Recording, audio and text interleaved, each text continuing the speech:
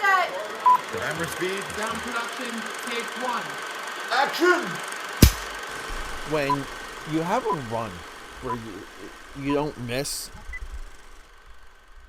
and it goes back to 2010, you got to talk about it, and you got to be serious, and that's why we're speaking of, for the best of 2025, the AKAPAD Film Buff Podcast, the most consistent movie-obsessed, movie-loving podcast feed, and who cares about the video, right? So many of these podcasters have to do video. Like, I don't care. I just want to hear your thoughts and your analysis. Boil it down. I don't need the mumbo jumbo. So we're audio only, aka Padders. But there's other ways to engage with me. I'm live on YouTube, Facebook, Twitter, LinkedIn, drawing almost every single day. You can catch me live. It's very easy. I'm on other people's streams, mostly draw streams. But I'm out there if you guys ever want to hang out and chit-chat and pick my brain, because we have today the most surprising movie of 2025. It's a movie that I felt like was well promoted. I love the poster and the image. Well, the image of this movie, because the poster gets duplicated for all the other streaming services, thumbnails, so on and so forth. Roofman. Channing Tatum, who is, in my view, he's on a little bit of a run. Does Channing pick bad movies? You kind of have to say he does not. And you might say, what about G.I. Joe? Mr. Tatum was in G.I. Joe, and that third Magic Mike. Look, a-holes, I'll give you that third Magic Mike. That's probably his worst movie. When we're talking about the rise to power Channing Tatum, the one that has his own production company, the one that picks his own movies, that nurtures his own scripts, that selects some of his own talent. The business guy. That Channing Tatum, not the one in Step Up or Step Up 2 or like whichever one of those movies he was in. I'm not looking at his filmography. But I like G.I. Joe Rise of Cobra, so suck it. We have Christian Dunst. We have Peter Dinklage. We have Ben Mendelsohn. He's becoming, Paul Mendelsohn. Oh my God. What am I doing? Paul Mendelsohn. This guy, it doesn't matter what he's in. He's good. And he's plays the church preacher in this. But everything about this movie, right? It positioned for success. Let's see, like box office, number one, this is a $20 million movie. It looks like 45, 50. I would say this movie looks like double. But anyway, box office, roughly 34 million. So it doesn't double. Doesn't do what the bean counters want. The bean counters wanted 60 to 70 million. 80 would have been sweet for these guys. So we get this movie where it's a true life saga. And a lot of this movie, echoes what this guy really did. And it's phenomenal, but it's still a criminal. There's always a guilt factor when I watch movies like this, because I'm like, are we just in a world where we have to glorify these buttholes? Right? Is that where we are? And then we got to talk about our director, Derek. Roll sound. Rolling. Sound production, take two. Cut in. Sorry, aka Powders. I know it's such a hot, passionate episode, but I'm breaking the flow real quick just to remind you guys. If you want to support me, one of the best, easiest, and free ways to do it, leave a comment. Give me a like. I know there's someone out there that that loves film as much as I do, that love the film industry as much as I. Show this to them. Comments, likes, and reviews, positive or negative, it doesn't matter. We need to increase our reach, and to do that requires your involvement in everything that I do. We're linked. We're forever bound. You're the membrane. I'm the muscle. So guys, let's just do it. One review. Do you have it in you? Okay, back to the show. Kane faints.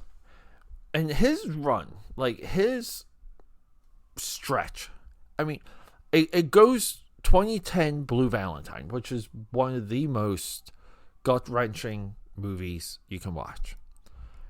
2 years later, he makes another gut-wrench. I mean, when Ryan Reynolds gets shot by Bradley Cooper in The Place Beyond the Pines, and it becomes this like generational movie. Heartbreaking. 2016, The Light Between the Oceans. Guess what? I got nothing to say about this one. Haven't seen it, but I'm all in. I gotta watch it. And then we have 2010. He's the story guy, and I think it's important to say he's around the production of Sound of Metal. Another gut-wrenching movie. There's a pattern here, AKAPADers. And Roofman is gut-wrenching. You kind of feel for this guy. You root for him. You want him to be reformed and to have a life, and he's capable of having a life. And he's just a criminal F-up. And maybe they like it. Maybe they like being criminals. And they want to dabble with the normies for a little bit. I don't know. But it's heartbreaking at the end of this movie when we see where this guy ends up and some of the lives that he basically toyed with. There's a little bit of satisfaction when he's back in prison. Like all of it. AKAPADers. And then along the way, he's this awkward dude.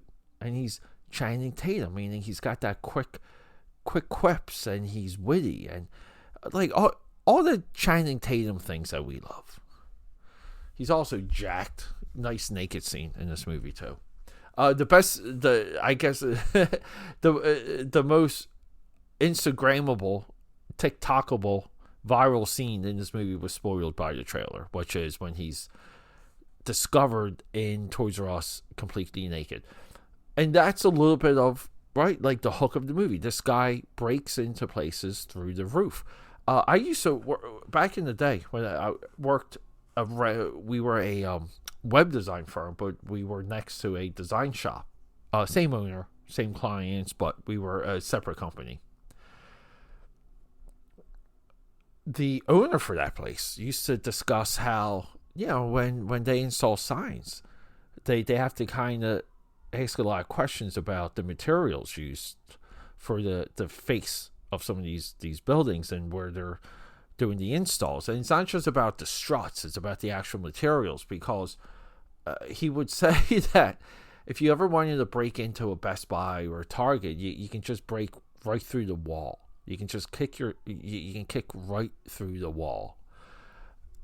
And that's a little bit echoed with a couple of other guys I talk to, these maintenance guys, through my 9-to-5 IT job, because I'm all around Philly. I talk to a lot of people, but I tell that story a lot. It kind of comes up time and again, and it's great when some of these guys just lean into it and they're like, yeah, like, let me tell you about this, and you're just like, holy crap. So the point I'm getting at is our perp here, the guy that Channing Tatum is portraying, the real life counterpart. He was on to something. Going through the ceilings, you can go through the sides of some of these walls. You can go through the back wall, and some of it looks like it's they have cinder blocks or brick, and you're like, okay, well, that's only one layer. You can get through one layer and you get it. So for me watching this movie, there was a lot of truth, but the real story is just this criminal that cannot get a break, but he's also not capable of getting a break. And that's where, again, this gut-wrenching pattern from Derek this is his wheelhouse. He understands this unlike any other filmmaker I can think of. It's I would say maybe the what's their name, the Safdie brothers, the Safdie brothers. These are the brilliant minds behind Marty Supreme, Smashing Machine, Uncut Gems, Good Time. If we go through Good Time and Uncut Gems, again, we watch these degenerates, they hit a peak, and then you're just absolutely heartbroken. There's a little bit of a genre here, guys. We're seeing something emerge. I think that this is a modern, like for the modern filmmaker, this is a modern trend. This is a portrayal of life, of criminal life that we really haven't seen, and it's not really glorifying it, but it puts the viewer on a journey. And Roofman does that, and it doesn't do it, and it's not glorifying it. I think that the movie alone is the test of that, but the story itself is don't do this, don't live this life. You want these things, you can be close to these things, meaning normalcy or living the life.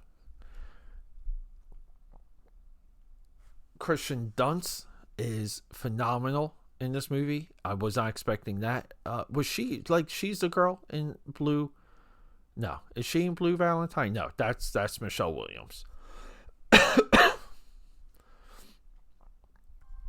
Sorry about that, AKAPADers. We do get phone calls from time to time, but yeah, I would just pair this with Uncut Gems, with Good Time. You got yourself a little bit of a true crime, heartbreaking trilogy. It's a new genre. This is one of the guys leading it. Makes me. I have to check out The Light Between Oceans. Very curious about that movie. 2016. All right, AKAPADers. A little bit of a quick one today. Maybe was it quick? I don't even know.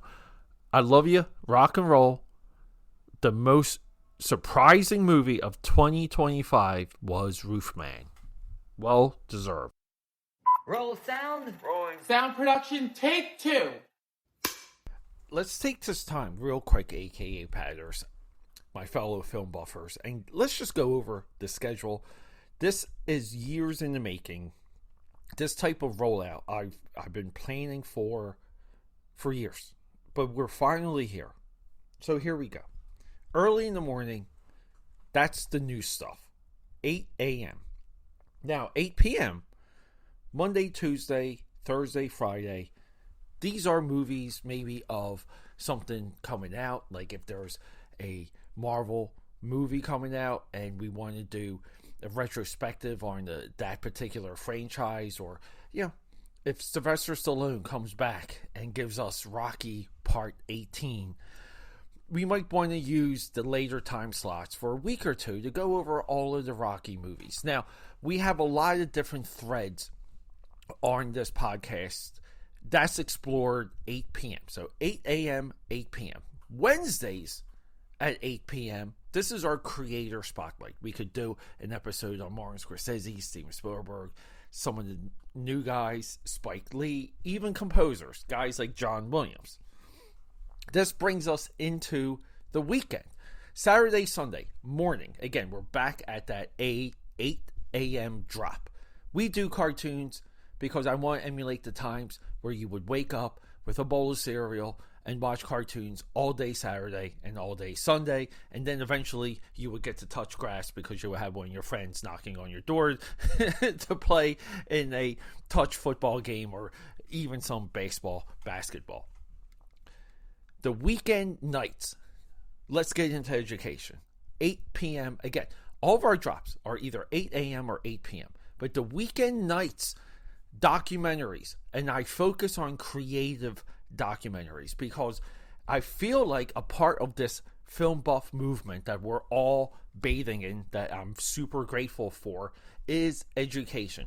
And some of where we're finding our facts, some of the general enjoyment, because I love documentaries, all of this is explored at 8 o'clock p.m. And trust me, there is a lot there There's a lot out there that I didn't even know existed.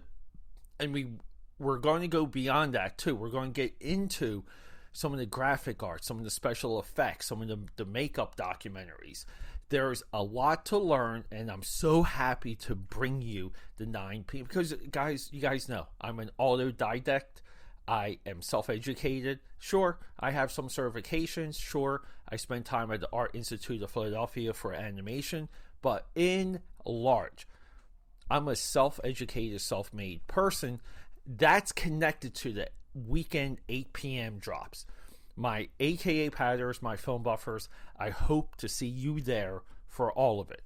I love you guys, and rock and roll. Okay, that's a wrap.